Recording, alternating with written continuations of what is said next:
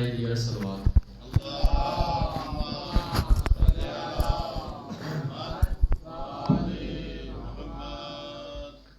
اعوذ باللہ من الشیطان الرجیم، بسم اللہ الرحمن الرحیم،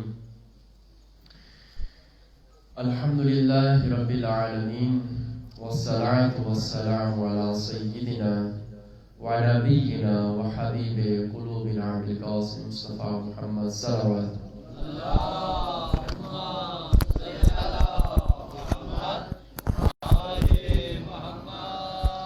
وعلى آله الطيبين الطاهرين المعصومين المنتجبين لا سيما بقية الله في الأرضين.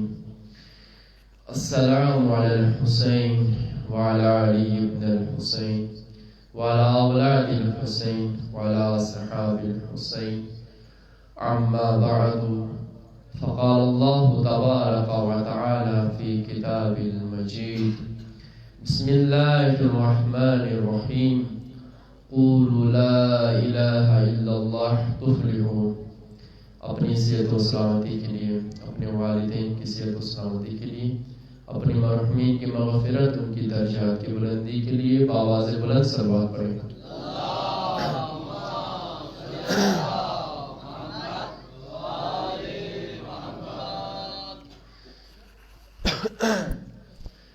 خداوند متعال قرآن مجید میں ارشاد فرماتے ہیں، مخاطب ہیں رسول اللہ سے، اور یہ پیغام دے رہے ہیں، اے رسول اپنے لوگوں سے کہہ دیں، کہو قولوا لا الہ الا اللہ. اے لوگوں کہو لا الہ الا اللہ، اللہ کے علاوہ کوئی الہ نہیں ہے، اللہ کے علاوہ کوئی الہ نہیں ہے. تفلحوا، فلاح پاؤ گے. انسان کی فلاح، انسان کی نجات لا الہ الا اللہ کہنے میں ہے. آپ کی خدمت میں بیان ہوا تھا، امام حسین علیہ السلام نے اپنے قیام کا مقصد یہی رکھا. علامہ اقبال کے اشعار میں آپ کو بیان کیا تھا کہ انسان جو مسلمان ہیں وہ اللہ کے علاوہ کسی کا سامنے سر جھکاتا نہیں ہے. وہ صرف اور صرف بارگاہ الہی میں، بارگاہ خداوندی میں تسلیم ہوتا ہے. کسی فرعون کے سامنے، کسی حاکم کے سامنے وہ شخص جھکتا نہیں ہے.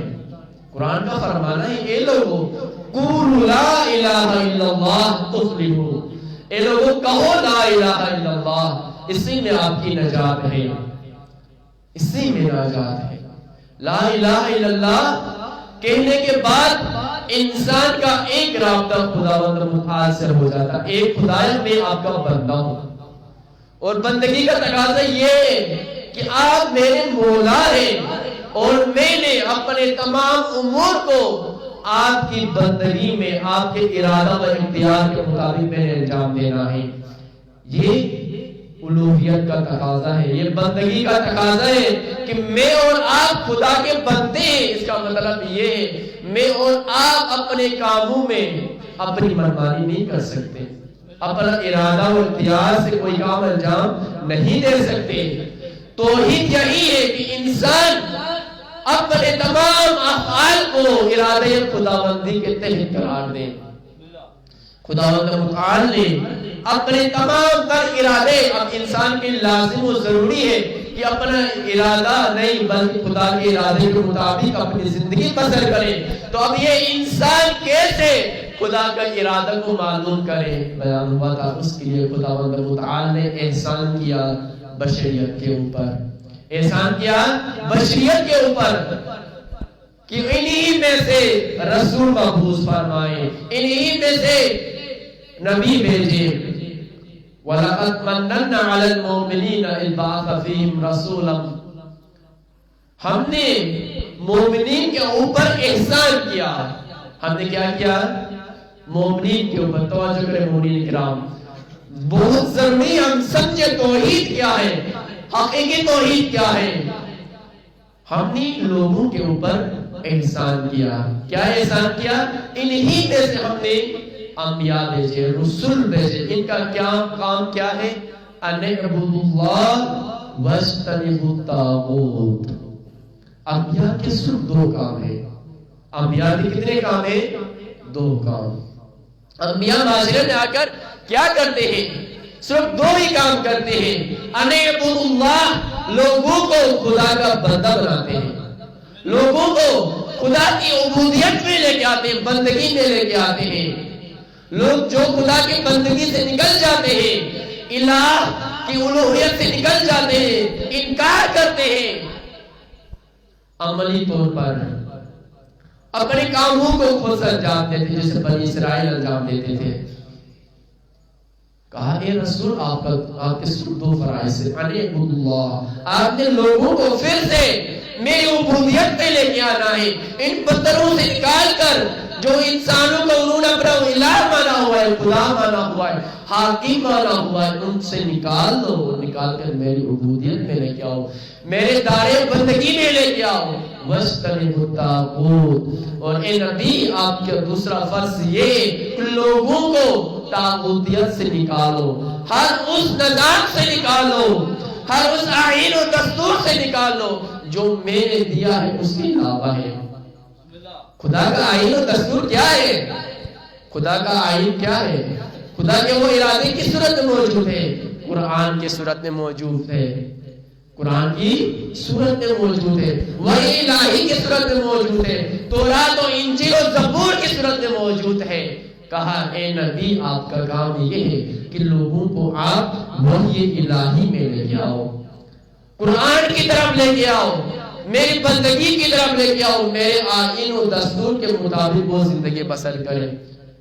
اور وہ آئین و دستور جس کے تحت میں اور آپ نے بندگی میں اور آپ نے زندگی بسر کرنی ہے، وہ قرآن کریم کی صورت میں موجود ہے۔ قرآن کریم صرف اور صرف ایک مقدس کتاب نہیں ہے جس کے پڑھنے سے مجھے اور آپ کو ثواب حاصل ہو جائے۔ قرآن کریم ایک مقدس کتاب، ایک کرنٹ والی کتاب، گناہ بخشنے والی کتاب نہیں ہے۔ صرف قرآن پڑھنے میں ثواب رکھا ہے، اجر رکھا ہے۔ کس لیے کہ یہ بندہ آئے، خدا کی طرف آئے، احکام دینی کی طرف آئے، آئین و دستور کی طرف آئے۔ دستور آئین کے مطابق انسان زندگی بسر کرتا ہے۔ قرآن کی حیثیت دستور کی ہے، آئین کی ہے، اور اسی دستور آئین کے تحت میں اور آپ نے زندگی بسر کرنی ہے۔ اگر اس دستور آئین کے تحت میں اور آپ زندگی بسر نہ کریں، در حقیقت میں اور آپ نے اپنے لیے اپنے ہاتھوں سے دستور لکھا ہے۔ اس قرآن کا فرمانا ہے نا، مما کتبت ایدیہم، آپ میں سے بعض ایسے ہیں جنہوں نے اپنے لیے آئین خود سے لکھا ہے، خود سے دستور اور قوانین ضوابط لکھے ہیں، اور ان کے مطابق آپ زندگی بسر کر رہے ہو۔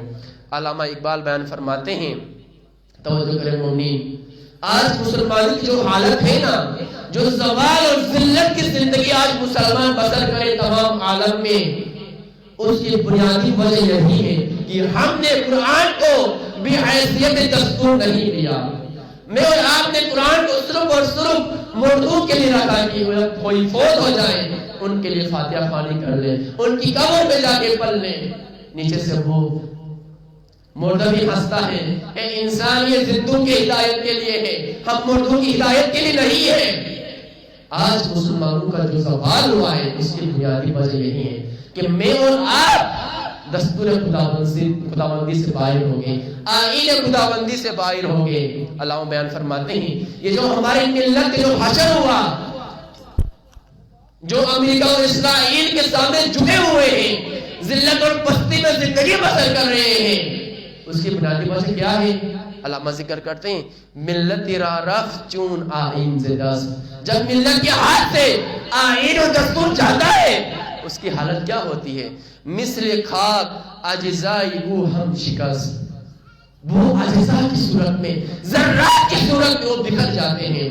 آج عالم اسلام کی آپ حالت دیکھ لیں، آج ہم مسلمان بکھرے ہوئے ہیں، کوئی شیعہ، کوئی سنی، کوئی وہابی، کوئی دیوبندی، کوئی نسلی، کوئی قومی حوالے سے تقسیم ہو چکا ہے، ہم بکھرے ہوئے ہیں۔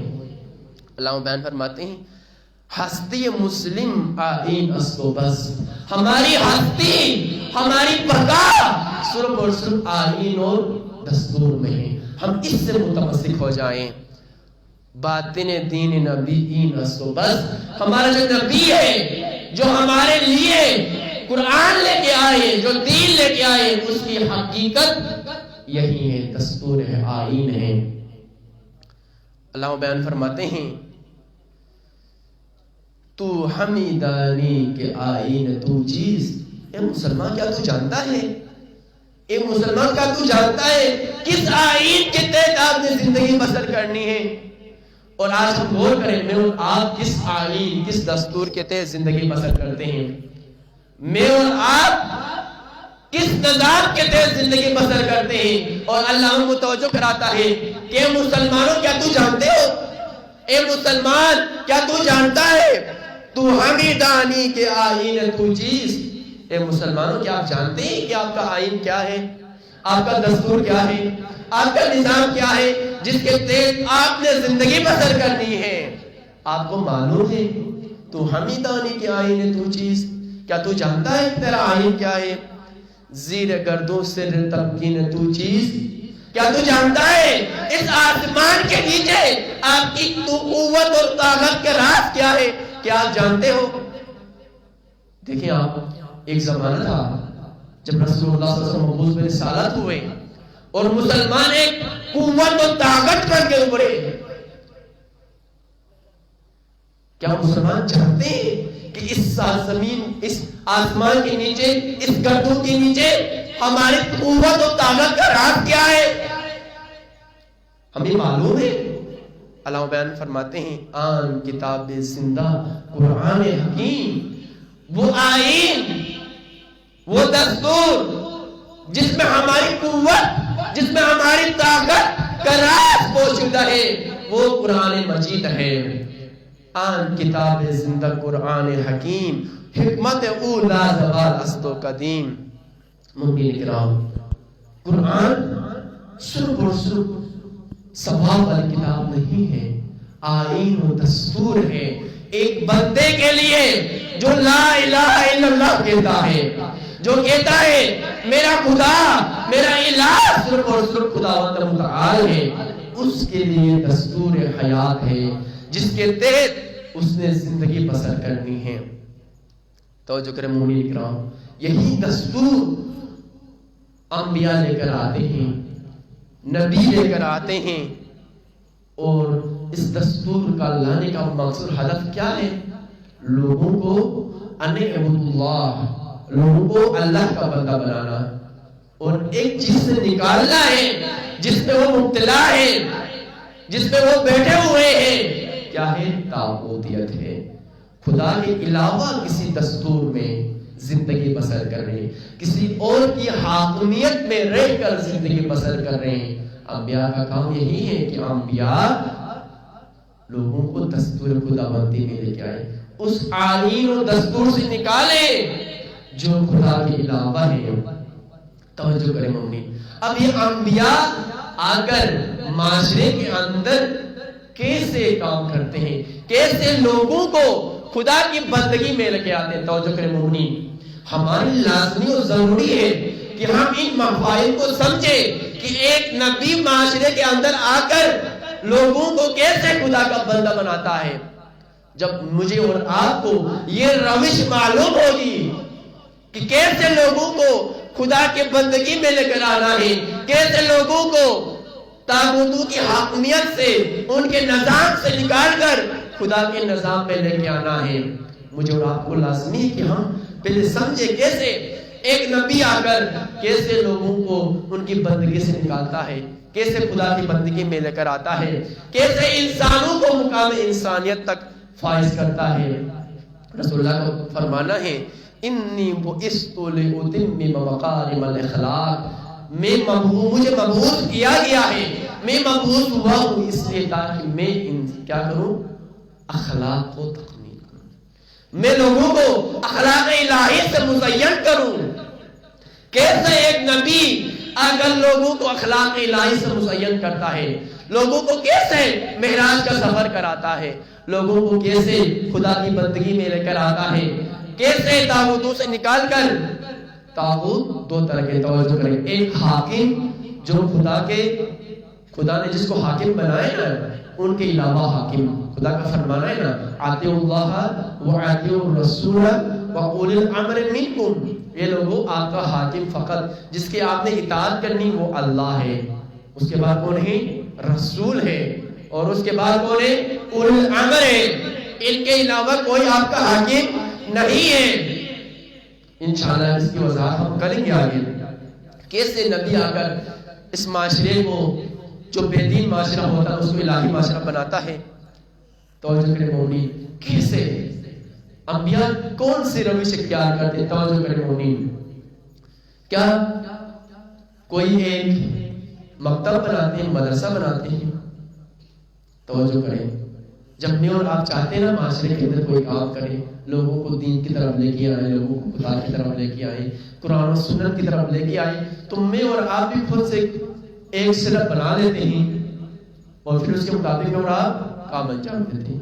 ایک نبی اگر آیا، اگر ایک مدرسہ تعمیر کرتا ہے، ایک تنظیم، ایک حزب بنا لیتا ہے، ایک پارٹی بناتا ہے، جو میں اور آپ آج کل آپ دیکھیں پاکستان کے اندر جب کسی جوان کے اندر درد دین پیدا ہو جاتا ہے، وہ جا کر ایک تنظیم بنا لیتا ہے، ایک پارٹی بنا لیتا ہے، ایک حزب بنا لیتا ہے، ایک انجمن بنا لیتا ہے۔ ایسا کرتے ہیں نا میں اور آپ کرتے ہیں نا، جس کے اندر درد دین ہے، جو سمجھتے معاشرے کے اندر بے دینی ہے، بے حیائی ہے، فساد ہے، معاشرہ بگاڑ کی طرف جا رہا ہے، تو بعض جوانوں کے اندر یہ درد پیدا ہو جاتا ہے اور وہ ایک روش اختیار کرتے ہیں، کوئی تنظیم، کوئی حزب، کوئی انجمن، کوئی چیز بنا لیتے ہیں۔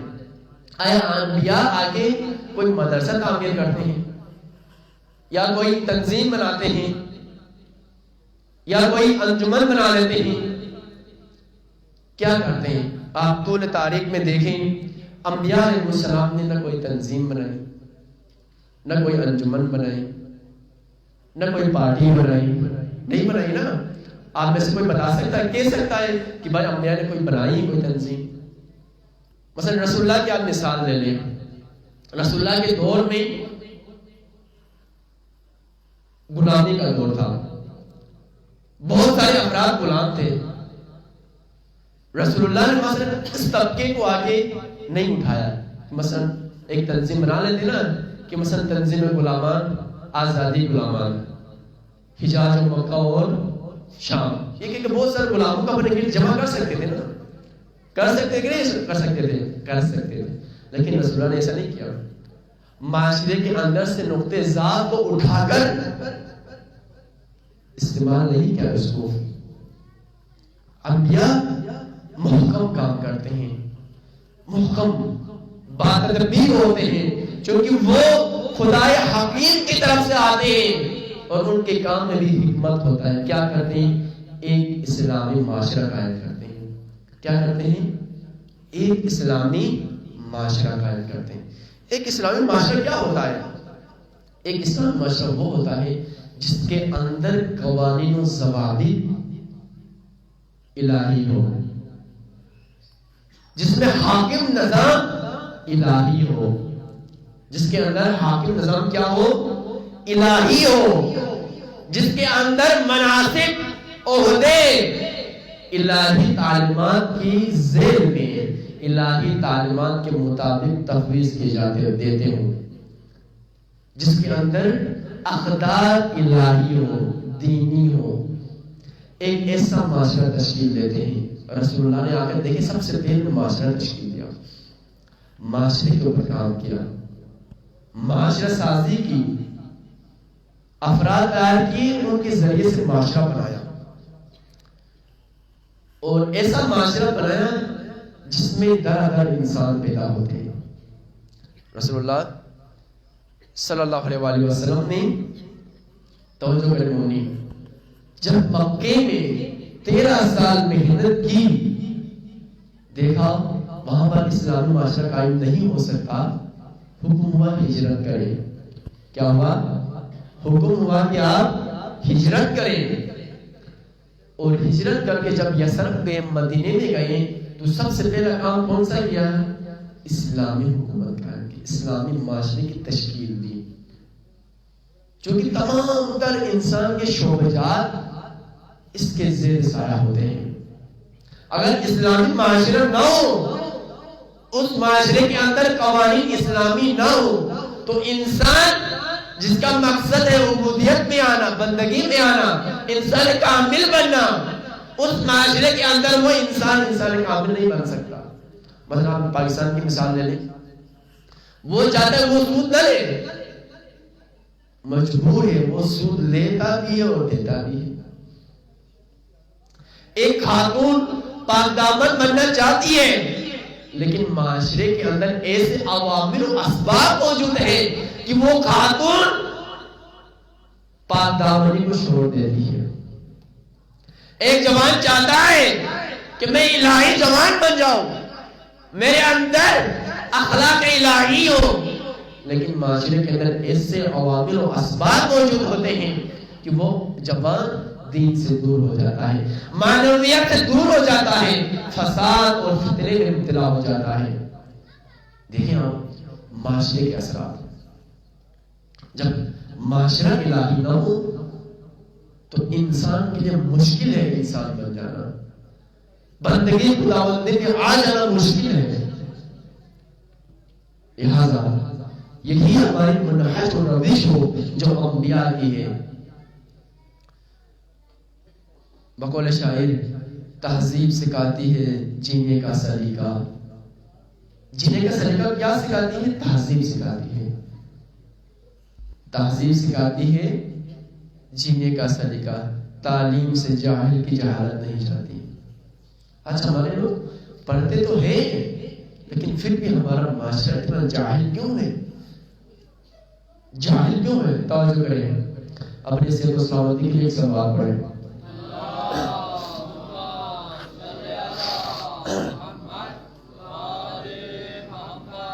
آج معاشرے کے اندر جہالت کیوں ہے؟ اتنے ٹیکنالوجی کے زمانے میں، علم کے زمانے میں، تعلیم ہر کوئی حاصل کر رہا ہے، بچے سے لے کے شروع سے ہر ایک تعلیم حاصل کر رہا ہے، لیکن جہالت آپ دیکھیں. بس یہی آپ دیکھیں اپنے معاشرے کے اندر اسی مہینے کے اندر کتنے حادثات آپ کے معاشرے کے اندر واقع ہوئے. اس کے پیچھے کیا ہے؟ جہالت ہے. واقعات ہوئے ہیں بہت سارے آپ کے معاشرے کے اندر، چند ایک فوتیاں بھی ہوئی. یہ جہالت ہے، اس کے پیچھے جہالت چلی ہے. تعلیم سے انسان کی جہالت نہیں جاتی، تہذیب سے جاتی ہے. تہذیب، معاشرہ سازی. آج میں اور آپ اپنے معاشرے کے اوپر توجہ دیں، معاشرہ سازی کریں. جوان اپنے اوپر بھی توجہ دیں، اپنے معاشرے کے اوپر توجہ دیں. اگر میں اور آپ اپنے معاشرے کے اوپر توجہ نہ دیں، یہی فساد آپ کی اگلی نسل تک منتقل ہو جائے گا. بس انبیاء علیہ السلام ایک الہی معاشرہ تشکیل دیتے ہیں. ایک الہی معاشرہ کسے کہتے ہیں؟ جس کے اندر قوانین خداوند متعال کے ہو، آئین و دستور نظام جس کے تحت انسان نے زندگی بسر کرنی ہے، وہ آئین کس کی طرف سے ہو؟ خدا کی طرف سے ہو، الہی ہو. اگر کسی کو عہدہ دینا ہے، کسی کو منصب دینا ہے، تو وہ الہی تعلیمات کے زیر میں دے دے. اگر یہ الہی معاشرہ تشکیل نہ ہو تو پھر انسان بندگی میں نہیں آتا. وَلَقَدْ بَعَثْنَا فِي كُلِّ أُمَّةٍ رَسُولًا أَنِ اعْبُدُوا اللَّهَ وَاجْتَنِبُوا الطَّاغُوتَ. انبیاء کا کام دو ہے، لوگوں کو خدا کی بندگی میں لے کر آنا اور لوگوں کو طاغوتیت سے نکال لینا. امام حسین علیہ السلام نے یہی کام کیا. کہا میں معاشرہ تشکیل دینے جا رہا ہوں. کیا کہا؟ معاشرہ. ان الدنیا قد تغیرت وتنکرت وعبر معروفها امام بیان فرماتے ہیں دنیا بدل چکی ہے، دنیا بدل چکی ہے، اس مسلمان معاشرے کے قوانین اور ضوابط بدل چکے ہیں۔ وَأَكْبَرَ مَعْرُوفَهَا، اس معاشرے کے اندر سے معروف نکل چکا ہے، نظام خدا نکل چکا ہے۔ سب سے بڑا معروف کیا ہے؟ نظام خدا ہے۔ اِنَّا أَنْكَرَ الْمُنْكَرَاتِ سُلْطَانٌ جَائِرٌ، فرمانا ہے سب سے بڑا منکر سلطان جابر ہے، سلطان جابر ہے جو خدا کی طرف سے نہ ہو۔ امام بیان فرماتے ہیں میں قیام اس لیے کر رہا ہوں تاکہ میں امت کی اصلاح کروں، اور وہ معاشرہ جو مملوک پر تھا اقدار الہی سے، تعلیمات الہی سے جو پر تھا، اس معاشرے کو دوبارہ سے میں تشکیل دوں، اس لیے میں کر رہا ہوں۔ وَإِنِّي لَمْ أَخْرُجْ أَشْرًا وَلَا بَطِرًا وَلَا مُفْسِدًا وَلَا ظَالِمًا۔ امام بیان فرماتے ہیں میں فاسد بن کے نہیں آ رہا۔ توجہ کریں، فساد کسے کہتے ہیں؟ فساد، علماء کرام اس کی تعریف بیان کرتے ہیں، فساد خروج الشیء عن حدہ، فساد یعنی خروج الشیء عن حدہ، شیء کا، کسی چیز کا اپنے حد سے نکل جانا، اپنی حد سے نکل جانا کیا کہلاتا ہے؟ فساد کہلاتا ہے۔ اپنے دائرے سے نکل جانا یہ فساد ہے۔ امام بیان فرماتے ہیں میں فاسد بن کے نہیں جا رہا، بلکہ در حقیقت آپ کے معاشرہ اپنے ہاتھ سے نکل چکا ہے۔ میں شر پھیلانے نہیں جا رہا، فساد ڈالے نہیں جا رہا، تفرقے کے لیے نہیں جا رہا، بل انما خرجت لطلب الاصلاح فی امتی جدی، میں اپنی جد کی امت کی اصلاح کے لیے جا رہا ہوں۔ کس کے لیے جا رہا ہوں؟ یہ نہیں کہا کہ میں یزید کی اصلاح کے لیے جا رہا ہوں، یہ نہیں کہا۔ توجہ کریں، ہم جو کہتے ہیں نا کہ امام علیہ السلام نے قیام اس لیے کیا چونکہ یزید برسر اقتدار آتا ہے، یہ نتیجہ تھا۔ یزید کا اقتدار میں آنا در حقیقت کچھ عوامل و اسباب کا نتیجہ تھا۔ وہ عوامل و اسباب کیا تھے؟ ان کی طرف میں اور آپ نے متوجہ ہونا ہے۔ امام بیان فرماتے ہیں میں یزید کو صحیح کرنے نہیں جا رہا، میں امت کو صحیح کرنے جا رہا ہوں۔ امت کے اندر فساد آ گیا ہے، امت اپنی ہاتھ سے نکل چکی ہے۔ خروج الشیء عن حدہ، فساد کی تعریف علماء کیا بیان فرماتے ہیں؟ خروج الشیء عن حدہ، کسی چیز کا اپنے حد سے، اپنے مقدار سے، اپنے دائرے سے باہر آ جانا ہے۔ امام بیان فرماتے ہیں اس کے لیے میں کیا کروں گا؟ اريد ان اعمل بالمعروف وانهى عن المنکر، میں اس اسلامی معاشرے کو دوبارہ سے تشکیل دینے جا رہا ہوں، اس کے لیے میری روش کیا ہے؟ توجہ کریں مومنین، کربلا، عزاداری، مجالس، ولادت و شہادت منانے کا مقصد یہی ہے۔ میں اور آپ ان مناسبات کو منائے اور منانے کے بعد کوئی چیز حاصل کرے۔ آج اگر لوگ آپ چاہتے ہیں کہ بندگی خداوندی میں آ جائے، الہی معاشرہ تشکیل دے، حسینی بنے، علوی بنے، شیعہ علی بن جائے، تو پھر میں اور آپ حسین ابن علی کی روش اختیار کریں۔ اگر میں اور آپ یہاں بیٹھ کر علی علی کریں، حسین حسین کریں، لیکن روش حسین کو نہ بنائیں، وہ مقصد حسین کو نہ لے، اس مقصد حسین پہ گامزن نہ ہو، پھر میں اور آپ حسینی نہیں ہوں گے، شیعہ نہیں ہوں گے۔ آپ کو معلوم ہے شیعہ کسے کہتے ہیں؟ شیعہ من شایع، جو مشایعت کرے، جو اپنے ایمان کی، جس کو اپنے ایمان مانتا ہے اس کی مشایعت کرے، اس کے قدم پہ قدم رکھ کے چلے، آگے پیچھے نہ ہو، ایک سطور ایک انچ کا فاصلہ نہیں ہونا چاہیے، جہاں قدم رکھا ہے ادھر قدم رکھے، فرامین کے مطابق زندگی سے۔ اگر لوگ آپ چاہتے ہیں شیعہ علی بنے، حقیقی شیعہ بنے، جس کے لیے ائمہ منتظر تھے، جن کو پکارتے تھے، جن کو یاد کرتے تھے، این عمار، این ذو الشہادتین این ابن تیہان.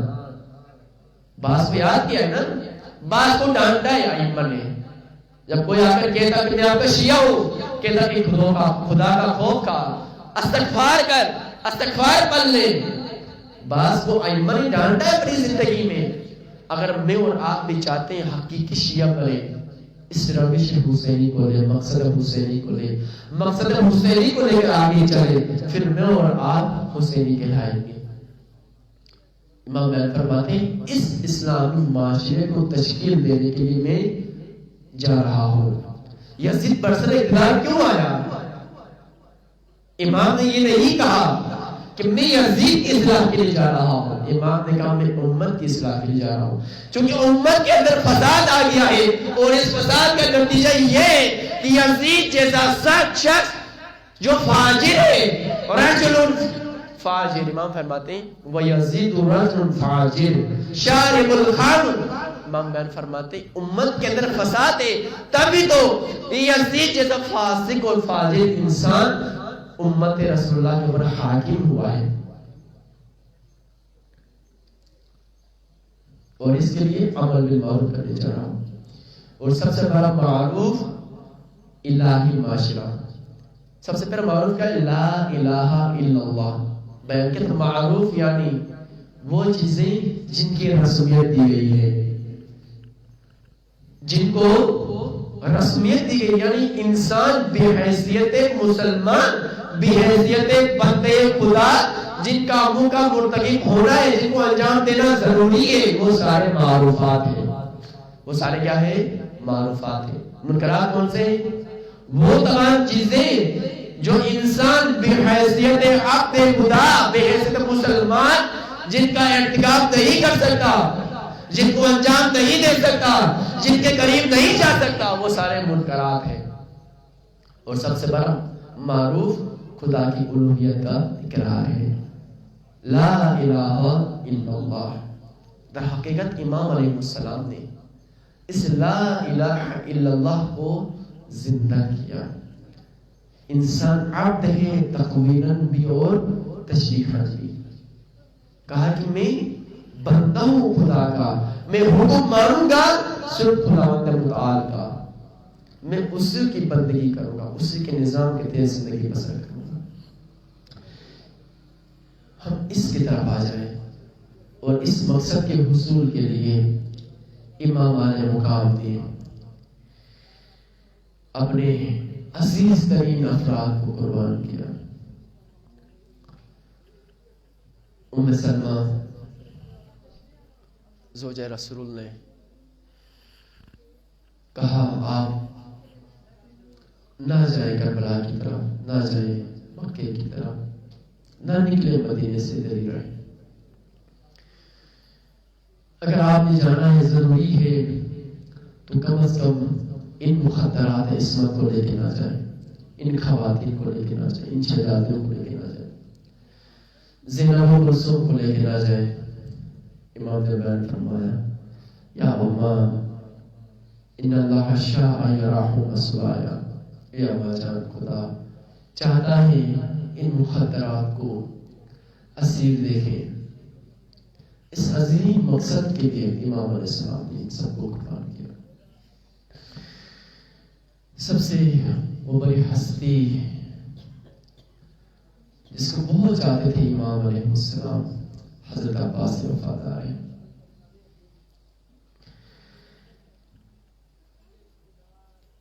جب تمام اصحاب علیہ السلام شہید ہو گئے, بنو ہاشم کی جوان بھی شہید ہو گئے, حضرت عباس علیہ السلام آتے ہیں اور تقاضا کرتے ہیں یا ابن رسول اللہ, مولا مجھے بھی اجازت دے دیں, میں بھی آپ کے اس عظیم مقصد کی خاطر اپنی شہادت نوش کروں, میں بھی اپنی جان قربان کروں. اور بس امام علیہ السلام حضرت سکینہ کی سفارش پہ امام کو اجازت دیتے ہیں. امام والے حضرت عباس مشکیزہ کو لے کر بڑھتے ہیں فرات کی طرف. علی کا بیٹا ہے, شجاعت علی لے کر حملہ کرتا ہے, رات کب سے کرتا ہے. جب پانی کی طرف نگاہ پڑتی ہے اور پانی بڑھنا شروع کرتا ہے، ہاتھ میں پانی لیتا ہے، پانی میں اب سے عباس نظر آ جاتا ہے، حقیقت مخاطب ہوتا ہے اپنے آپ سے،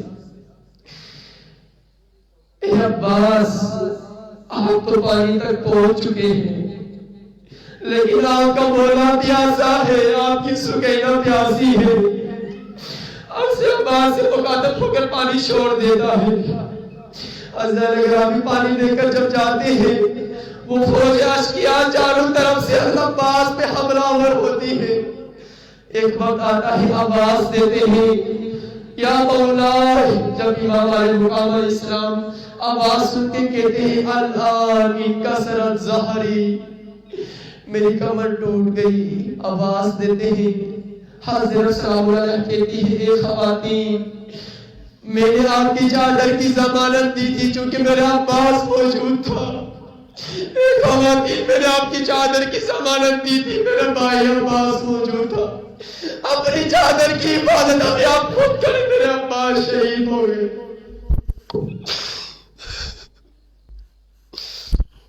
انا للہ و انا الیہ راجعون.